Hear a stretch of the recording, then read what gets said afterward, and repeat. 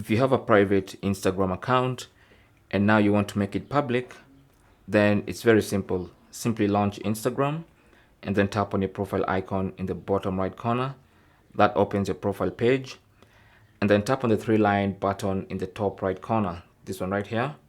From the pop-up menu, select Settings. Okay. Now on the settings page, go ahead and tap on Privacy.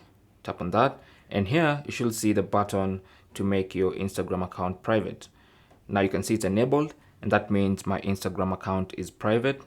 To disable that, all I need to do is tap on that toggle button and then select Switch to Public.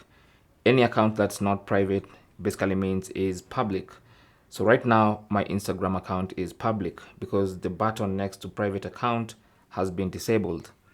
And it's as simple as that. That's basically how to turn your private Instagram account public. Thanks for watching. Leave your comments and questions down below, and good luck.